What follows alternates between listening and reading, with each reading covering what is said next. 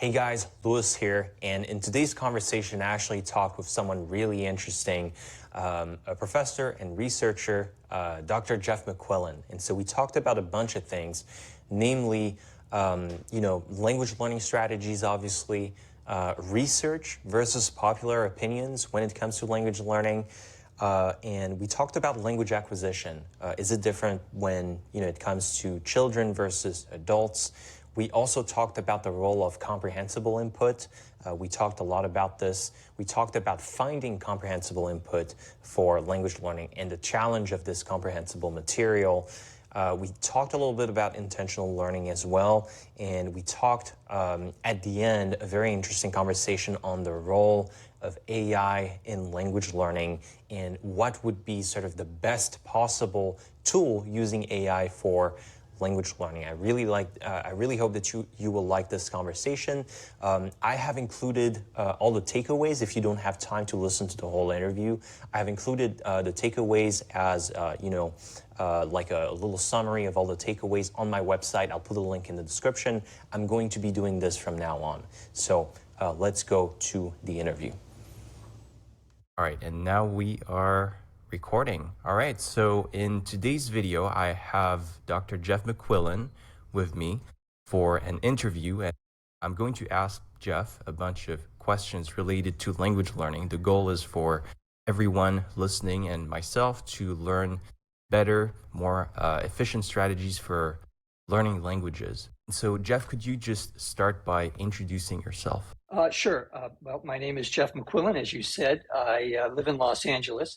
I've been involved in language teaching since 1987, when I first taught English in Mexico as a recent college graduate. I became a Spanish teacher. I taught at the high school level, and then I taught at the college level. I went back and got my master's and PhD in the early 1990s. I studied under Dr. Stephen Krashen at the University of Southern California. I went on to become a university professor, and I did that mainly training teachers how to teach students in second languages. My research interests have sort of covered all different areas of language education, from reading, first language reading for little children, all the way up to bilingual education and foreign language education and second language education, which is what we're going to talk about, those kind of topics today. I was an academic sort of full-time for several years, and then in the early 2000s, I sort of broke off from academia. I continued to publish, and I publish articles and have done for the last 30 years. But now I'm more of an entrepreneur. I've been involved in language education sort of as a profession, as a teaching profession. I started the first language, my colleague and I started the first English language teaching podcast back in 2005, before anybody had ever even heard of podcasting. And we were the #1 language podcast for several years on iTunes across the world. And that's sort of been my main focus. ESLPOD.com was a website and podcast that we started. And now we don't produce new podcasts, but we have our materials. We produced something like 2,000 episodes with English lessons that we now have sort of repackaged into our website. So I'm kind of, nowadays, I'm part-time academic, I'm part-time entrepreneur. And I sort of do a little bit of both of those things. But my focus has always been on language education, and that's where I focus my attention. So you mentioned that you've been publishing for the past 30 years. So you're also an entrepreneur in the field. So you get to see both perspectives of the research and just normal people like me. So in your opinion, what does the current research say about how people learn languages, or how people should learn languages, and how does it compare to how average people think they should learn languages? Well, that's a really good question, Luis. There are always popular opinions about what language learning should look like. And we get those naturally from our own experiences, especially in classrooms. We go to high school or grade school, high school, college. We take language classes either voluntarily or are required to. And our notion of what language acquisition is comes from those experiences naturally. Where else would you get those ideas? We also get ideas from commercial programs, from things that we see in the library, from things that we see on the internet. All of these sort of give us our concept of what language learning should be. And as I think you're suggesting in your question, that's not necessarily what the research tells us is the best way to acquire a new language. People tend to have a idea about language learning that focuses a lot on, for example, studying a lot of grammar, a lot of conscious learning involved in grammar or vocabulary or whatever the area is, thinking that if they can just study things, they'll be able to then become fluent in a language. Whereas the research over the past 50, 60 years or so has shown us that, in fact, most of our language competency, most of our fluency comes not from this sort of conscious study, but rather from an unconscious process, what we call acquisition. We in the field sometimes distinguish between these two kinds of knowledge. There's learning, which is our conscious knowledge. That's the knowledge we get when we study, say, a grammar rule from a textbook. And then there's a much more important kind of knowledge, which is our unconscious or implicit or subconscious, if you will, knowledge. And that's the knowledge that we use most of the time. That's the knowledge we use without even thinking about it. That's the knowledge that you get when you're a little baby and your mother and father or your caretakers speak to you. Well, that's language is not something that you're studying out of a book. That's language that you're unconsciously or subconsciously acquiring. And it's that unconscious or subconscious language, it's that kind of knowledge that we're most interested in, because that's the one that's the most useful. So what we try to do as language researchers is to the best we can, by doing interviews like this and by publishing, is to sort of nudge people, push people in this direction, that what you really want to focus on is not so much language learning, not your conscious knowledge, not your ability to fill out a test and score correctly on a grammar quiz, but rather we want to push people towards getting their unconscious, their acquisition of language at a more fluent level. And those are two different processes, and therefore there are two different sort of approaches to getting there. So is this different if you're a child, for example? I think most people would agree that, yes, okay, you acquire the language, you don't necessarily learn it.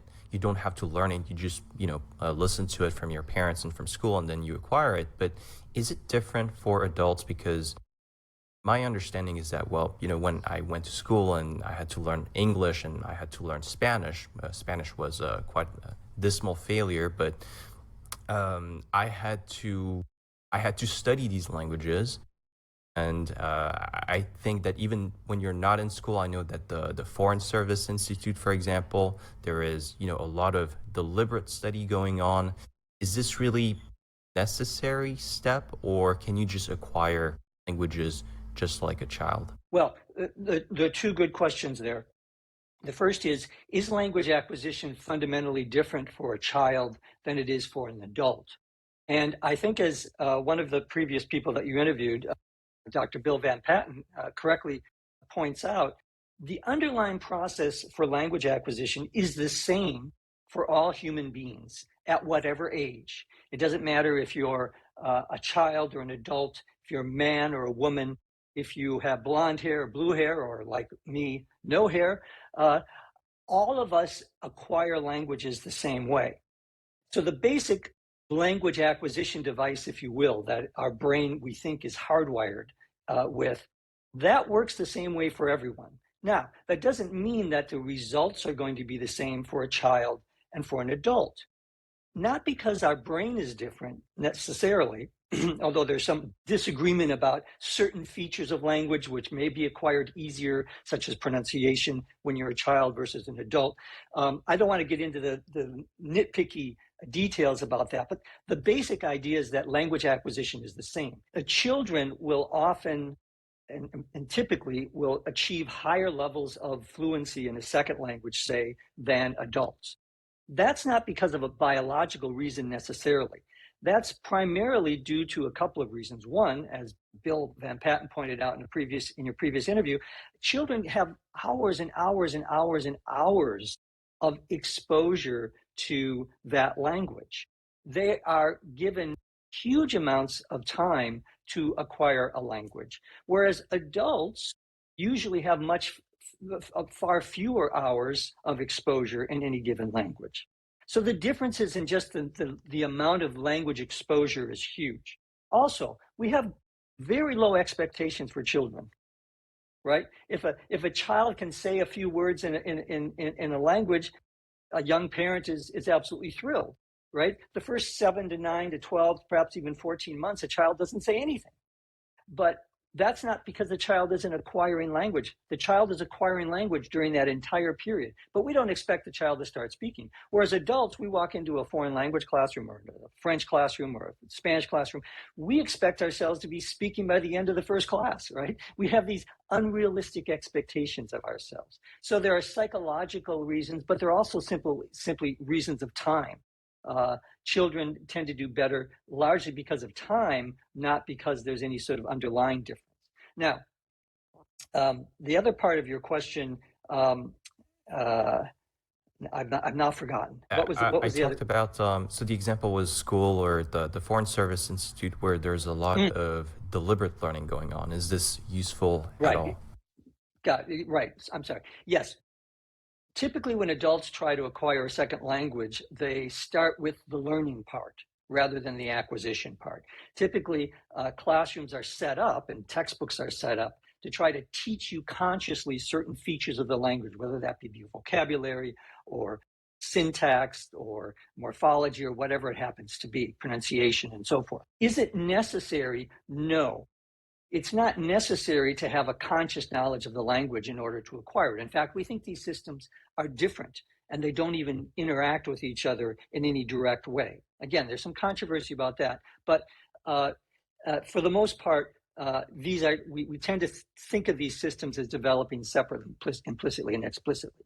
Now, it's not necessary, although most adults, because their experiences with language learning have been so steeped in this tradition of studying things consciously, that most adults would be somewhat unsatisfied if they didn't feel like they were actually learning consciously certain things. So as a teacher, you might be, in fact,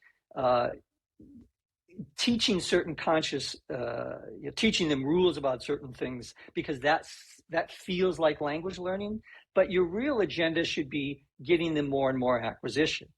It's not necessary to go through conscious learning, but most adults will insist upon it because it's simply part of what their own experience of language learning has been.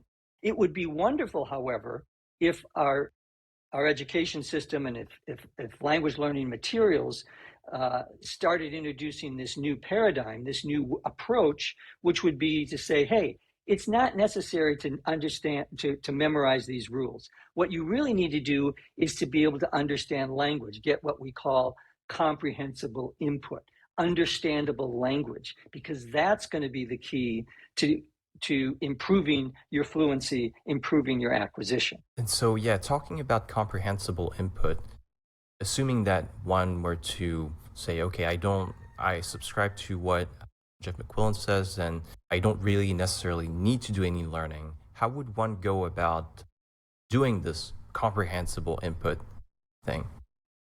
Let me just say for the benefit of your audience that on my own website, which is, I have a couple of websites, but the website that I have that I use for my research, if you will, is backseatlinguist.com. And you hopefully can put that in your show notes. Put a link. And on my website, I have a couple of videos, one of which is called Fundamentals of Second Language Acquisition, which was basically a lecture I gave a group of young English as a foreign language teachers. And in that video, it runs about an hour, I kind of go through in more detail these these theoretical, if you will, aspects of what language acquisition is. So I encourage those of you who are watching who are really interested in these topics to maybe take a look at that video. But going back, one of the things we talk about in the video, which is why I'm referencing it here, is this notion of what is comprehensible input and how do you get it. So it's a really core question that you're asking. Comprehensible input, just to give a brief definition, is language that you can understand. Now that may seem a pretty obvious kind of concept, right? Well, of course, languages understand. But in fact, if you're a beginner or an intermediate language acquirer, there's a lot of language that you will encounter that you will not understand, right? If I'm trying to learn, say, Chinese, and I turn on the television and I'm watching a Chinese language broadcast, well, that's going to be almost 100% incomprehensible input, right? It's going to be basically noise. I'm not going to be able to understand anything. We think that that kind of input is not useful at all in language acquisition. In other words, noise, incomprehensible language is not going to help you improve your language. I could sit there and watch that Chinese language television program for hours and hours and hours. And yeah, I might pick up a little phrase here, a little word there. Maybe one of the people on screen holds up a coffee cup and says cup. And then, I might pick up that one word. But for the most part, that's going to be a completely frustrating and useless experience in terms of my language acquisition.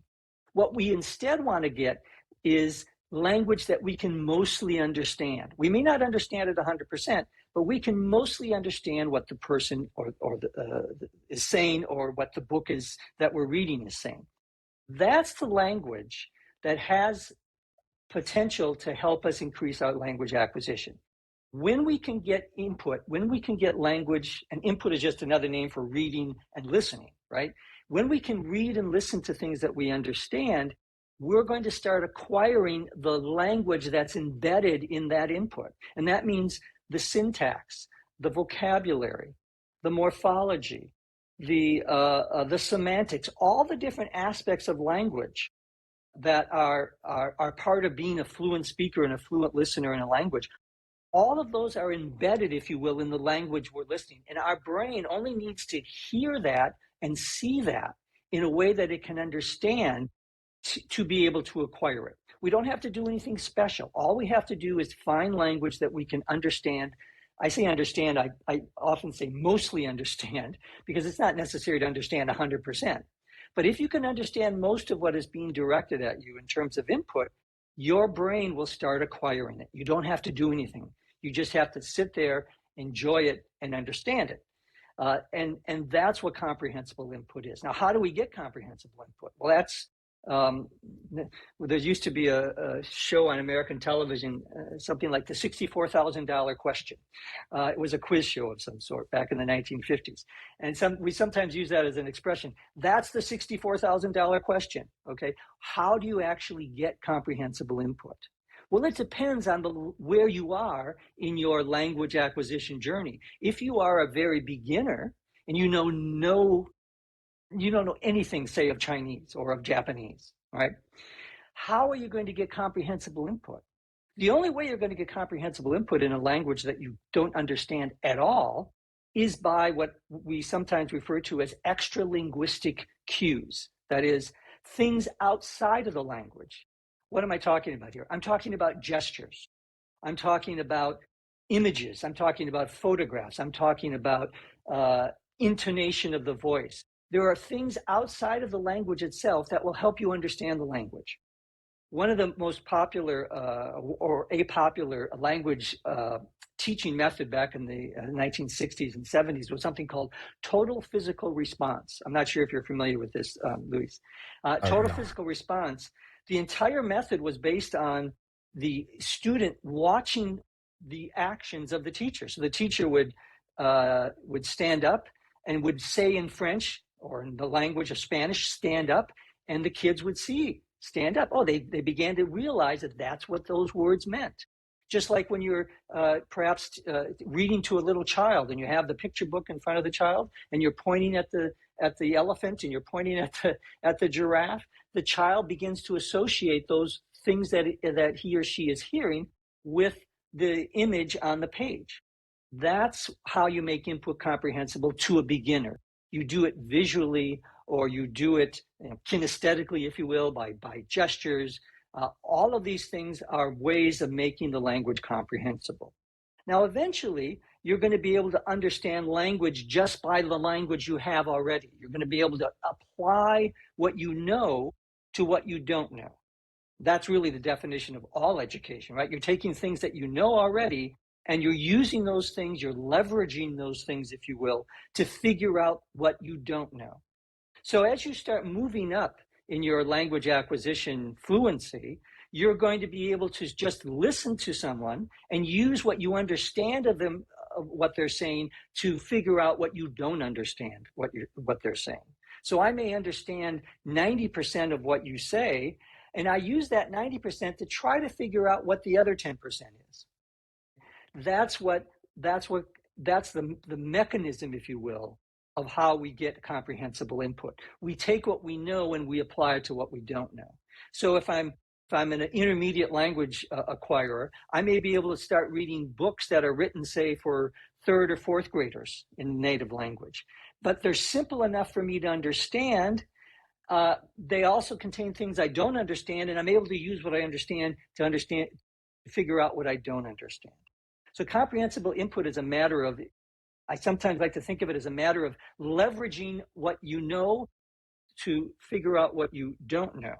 And at the very beginning level, of course, you don't know anything. So that's why you need more and more visual or what we call extra linguistic information in order to try to figure out what the language that's being spoken or the language that you're reading. So I don't know if that answers your question, but I'm trying to give you sort of general parameters of what getting comprehensible input would look like. Yes, and I think you're touching on a very important issue, because as a language learner myself, I found that, at a higher level of proficiency, like for example, with my English, I can pretty much consume anything that I find on the internet or anywhere and benefit from it. If I meet an unknown word, I'm usually able to guess it from the context and so on. But I always found it very hard at lower levels of proficiency, beginner level, lower intermediate, even intermediate, getting material that is comprehensible and interesting at the same time. This is a real challenge. And so It's a huge challenge. Oh yeah, it's one of the biggest challenges in my opinion when learning a language. Yeah. I want to Great. talk more about artificial intelligence and language learning, because I'd have to admit that up to about 6 months ago, I just thought that this whole ChatGPT thing was the hype train, just some other trend in the language learning world. But actually, when I really started taking a look at it seriously, I realized you can generate comprehensible input at the right level, but also, and I think this is a huge problem, because if you're learning, one of the major languages, there is comprehensible input out there, but Yes, you have to look for it, and also it's not always interesting to you, right? Depending on what you're interested in, and I don't think that necessarily the input being interesting is a requirement for you to benefit from it, but just because you need to spend so many hours reading and listening to the language to become fluent, I think it is important for it to be interesting. Otherwise, you're just going to get bored. So hypothetically, let's say that I'm a software developer, and I'd like to to use my programming skills to use AI and develop, I don't know, graded readers or maybe graded listeners, and use this technology to create something that would really benefit language learners. What would you make if you were me? that's a great question. Before I answer that, can I just touch on this issue of interesting and comprehensible, because that's a really interesting point. I haven't talked normally when I talk about this, I talk about comprehensible and interesting, and I didn't really hit on the interesting part when I talked about comprehensible input previously. First of all, you're absolutely correct. If it's not interesting, you're not going to continue with it. You may benefit from it still, but it's a matter of being able to sustain it. It's like a diet that's good for you, but if it's so hard that you can't stay on your diet, well, then really it's not a very good diet, right? And that's true for a lot of activities. If you're doing exercises and you hate them, well, you're not going to probably do them for more than a couple of weeks, and therefore you lose that consistency. And consistency is really important in language acquisition. Getting that 5-10 minutes, even if it's 5-10 minutes a day, that's going to make a difference cumulatively over time, right? It's a matter of time. We talked about that when we talked about children versus adults. So you want to get as much time as you can being exposed to the language in a comprehensible way. Steve Crash and I had a little exchange on email a few months ago. We talked about this issue because for people like Steve and people like myself or like you, and probably like many of the people who watch your videos, we sort of love this whole language acquisition thing, right? We're excited to learn a new language. It's something that interests us. Maybe we're interested in language per se, beyond just the communicative possibilities of it. For people like us, comprehensible input is often enough, especially at the early stages. For example, when I was starting in on French and Italian, if I could understand it, I would be happy. That was enough for me. But there reached a point after about 2 or 3 months of, say, reading French, reading this, that was comprehensible input, but it wasn't interesting. It was kind of dull, but it was enough because I was excited because I could understand it, right? That was the sufficient high for me. That was enough to give me that little dopamine hit, okay? But there came a point in my French and my Italian when comprehensible just wasn't enough. It had to be interesting. Otherwise, I was like, this is too boring. I don't want to do that.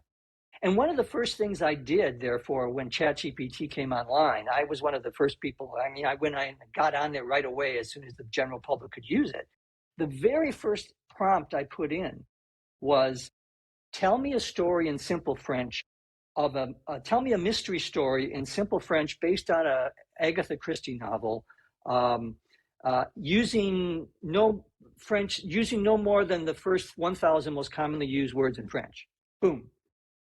And it spit something out. Now, it wasn't fascinating, and ChatGPT and the LLM models are not really great still at producing fascinating fiction, but it was more interesting than other stuff I read. Or I would say, I'm a big nonfiction reader, as I think you are too. So I would say something like, I was reading something on the history of ancient Egypt. Tell me the history, give me a brief overview of the pharaohs of the Old Kingdom in Egypt. There it was, in simple French, okay? So it immediately spit out stuff for me to read. The interesting part is really important, and that's something that you can now do with something like ChatGPT or one of the other LLMs. Okay, getting back to your question then, what would you do as a programmer? Well, Paul Nation made a very good point in his interview and your interview with him. And it's a point that I've made to people before as well, which is we live in a world, unfortunately, in which there are two circles. There's one circle over here that represents all of the programmers, okay? The people who have technical knowledge of these new advances, and then we have another circle over here of people who know something about language acquisition. And unfortunately, these two circles don't intersect. Okay, if this were a Venn diagram, right? There's two circles and there's no intersection. We have almost nobody working in the language acquisition field who also has the technical capabilities to do things like create a Duolingo or a Rosetta Stone and so forth. And unfortunately, the result of that is that everything that comes out it doesn't matter what the new technology is, it's the same old crap that used to be, that you could find back in the 1950s. Pardon my French, as we say, right? It's the same old junk that you could have found back in the Foreign Service Institute exams from, courses from 1955. That's the real issue that we face here. The people, my sister used to work for 3M, not for 3M, I'm sorry. My sister used to work for IBM. And they had a saying in her division, a fool with a tool is still a fool. Just because you have a tool like AI, if you don't know how to use it, you're still a fool. If you don't know what language acquisition theory tells us, and language acquisition methodology tells us is a good thing, well, then you're not going to be able to produce anything better than what we used to have. You're just going to put it in a different format. And I'm afraid that's exactly what will happen. If you go to ChatGPT right now and you type in, I want to learn Spanish, give me some beginning Spanish lessons. You know what it's going to give you? My guess is, here are some grammar rules. Here are some words to memorize, right? It's going to give you the same junk. What we want, someone like you to do is to jump in and say, okay, let's create a course where everything is comprehensible from the very beginning. As an entrepreneur, I can tell you that the money to be made in the language learning market, here's a little secret. For everything but English, all of the money is at the bottom. The language learning market internationally is, well, I won't say internationally. In the United States, the language learning market is a pyramid, okay?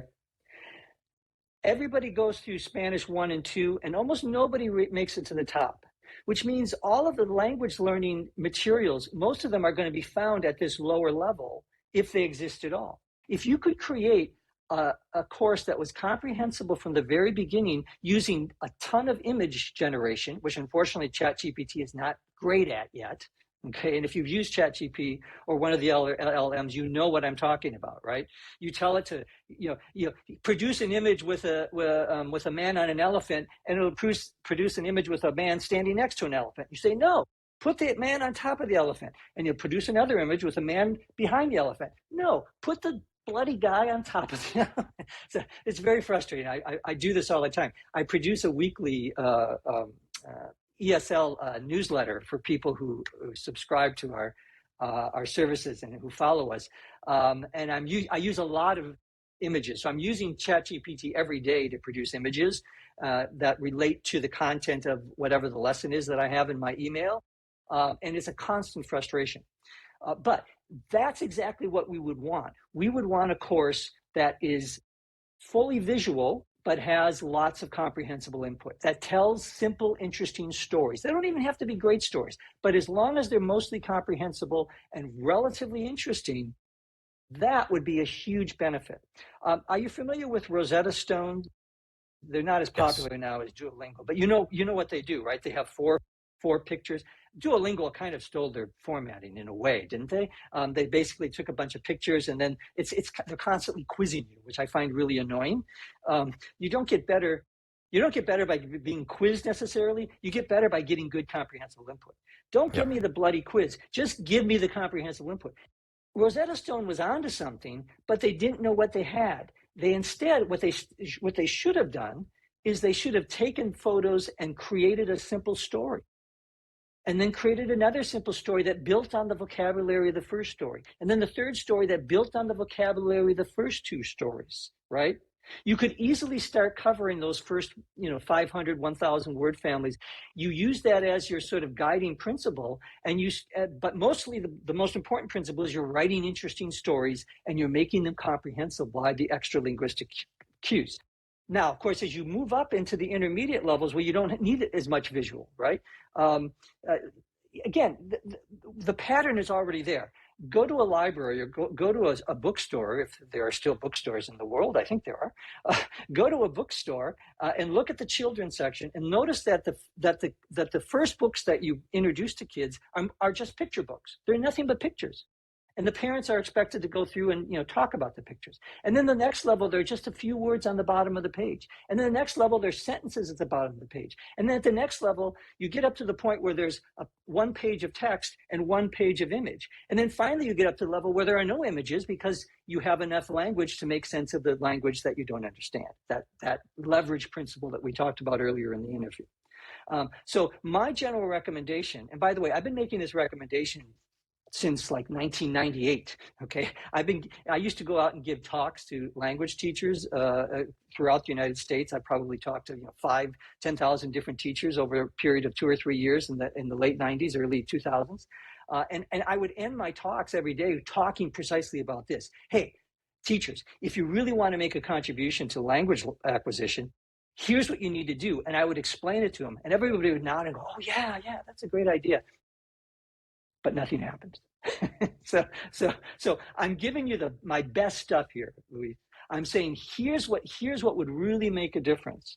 The technology is already there, and as you say, it doesn't necessarily have to be reading. You could just have listening, or you could have both, right? You could have, which I think would be ideal, right? You can read along as well as listen.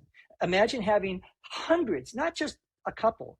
We need hundreds and hundreds of interesting stories in beginning Japanese that you can listen to and follow along with, just like a kid would, or just like you would on, captions on the TV, that you can follow along with and just enjoy listening and reading to those stories without having to do anything else.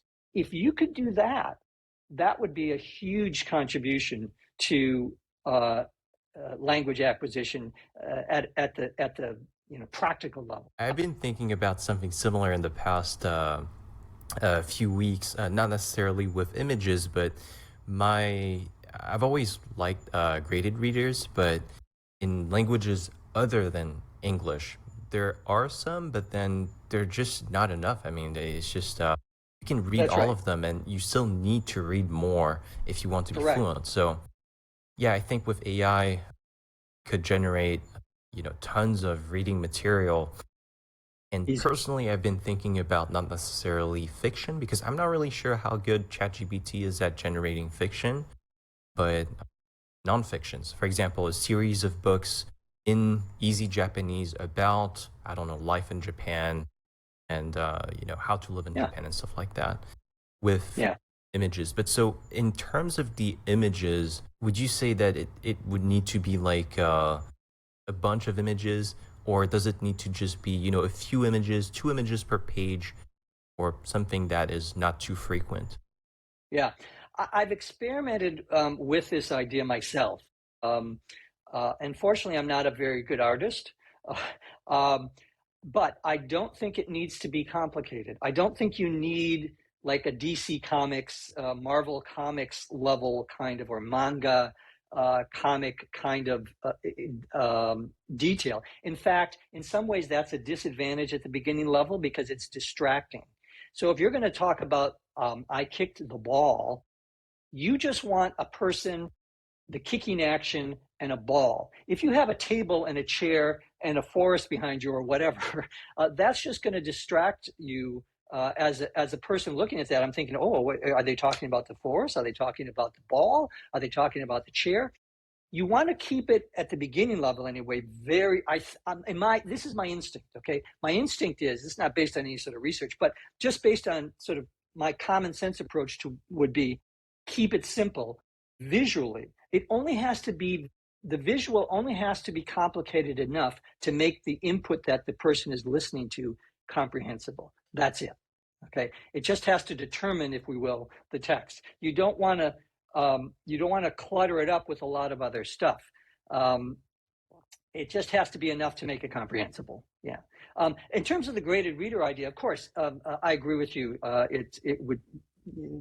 There's lots of room for development. ChatGPT doesn't do very well at fiction right now. What I found in my experiments with it early on was that it was okay at doing what we would call pastiche, which is sort of, here's what I did. I would give it a story that I knew was not in copyright protection in the United States. So before 1920, I don't know, 4, 5, 6, whatever it is. So early Agatha Christie stories, detective fiction, which I'm interested. I kind of like fiction, detective fiction. And I would say, use that story and just simplify it, make it easier. Or I would say, put it in a modern context and make this character male and this character female. I would sort of change up the details of it. Then it can do okay. And then it can start producing dialogue, which of course is very useful because you also want to get that conversational language in there, not just the descriptive language. Oh, okay, right. So assuming that in an ideal world, I were to generate these books, let's say, for example, a graded reader of about, let's say, 300 pages of pure just language. how many of these would someone need to read? And let's assume that I also generate the audio for it using, AI. Then Yeah. someone would just read and listen to this all the time for many hours a day.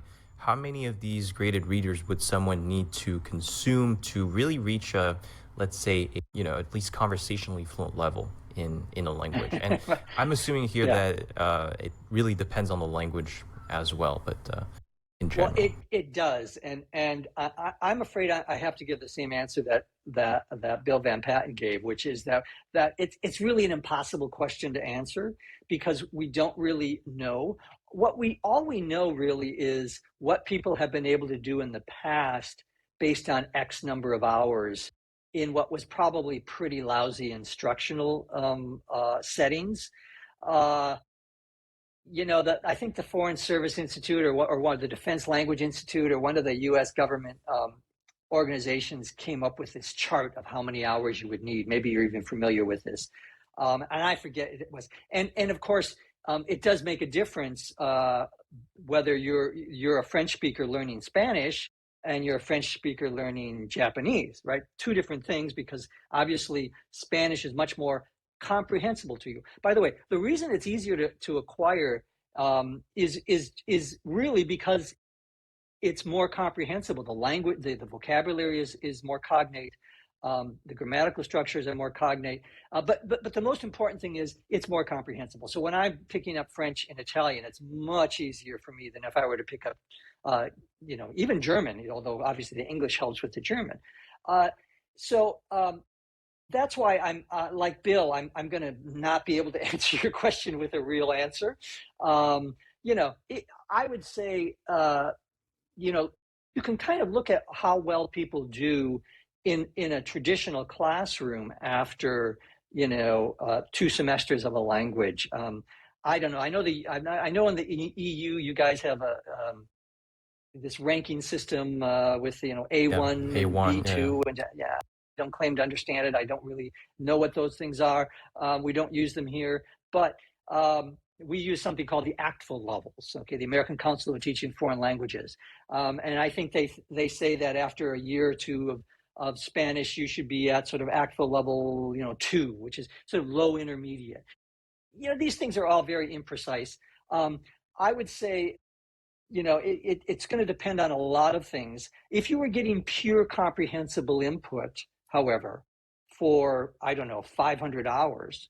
So I don't know, let's say you did it, if you did it 10 hours a day, theoretically, you could, in 50 days, you could probably be sort of at a lower intermediate level or upper beginner level, I would imagine. But that's, but again, that's just sort of, there's so many variables involved, Luis, that it would be very difficult to sort of put a figure on it. I do think that 2 things are true. One, if you got a lot of pure comprehensible input, you would go much faster than you would in a traditional program, much faster. Okay. 2, most people's expectations are higher than the reality. Okay, so even though you would go much faster, a lot of people still think that, well, if I just studied another 20 hours, I could be up here. No, it doesn't work that way. The brain has its own timetable, right? And it's going to take time for the brain to acquire things. Here's something to think about. The third person singular S in English, I go, he go, she goes, right? You add an S to the end for third person singular.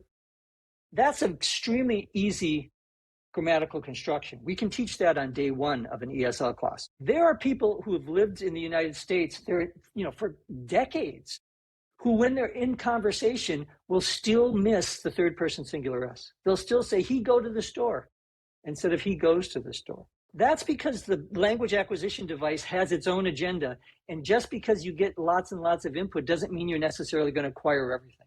However, I still would say, in the optimistic side of things, if you had good, pure, comprehensible input, you could make significant progress in, say, 500 to 1,000 hours. I mean, I'm pretty sure, even if it were in a language, say, going from French to Japanese. The problem is that's such a rare case. The reason we don't really know is because we almost have have almost no instances when somebody has been exposed to that level of quality input for a given amount of time. That's the problem. Once you create this course, Luis, however, then we can start researching this properly. Get on it. Yeah. But in terms of the format of this hypothetical course, would it be, because you're saying course, so it would be as a, not really a textbook, but just a book, or would it be an online resource? What do you think?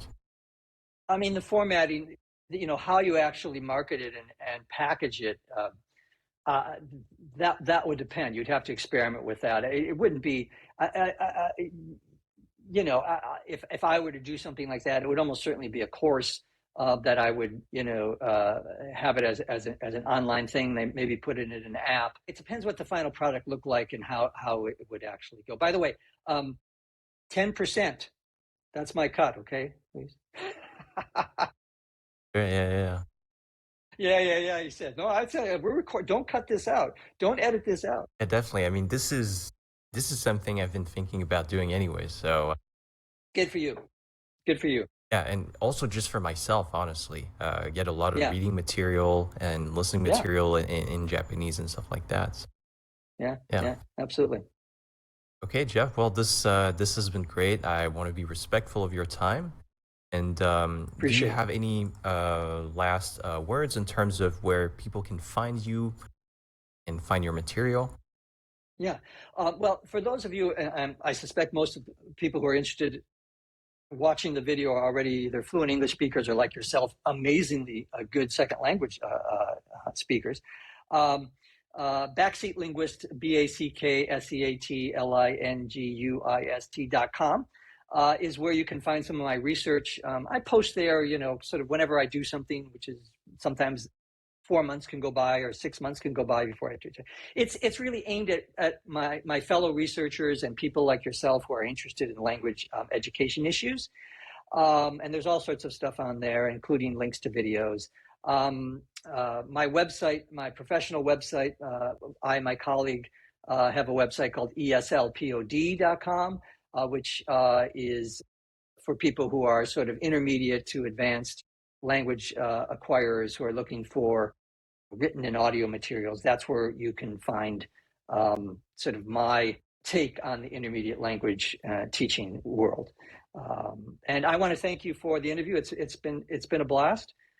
Maybe we can come back and do it again, talk about some of these topics that we maybe didn't get time to today. Yeah, definitely. Thank you, Jeff. All right, thanks.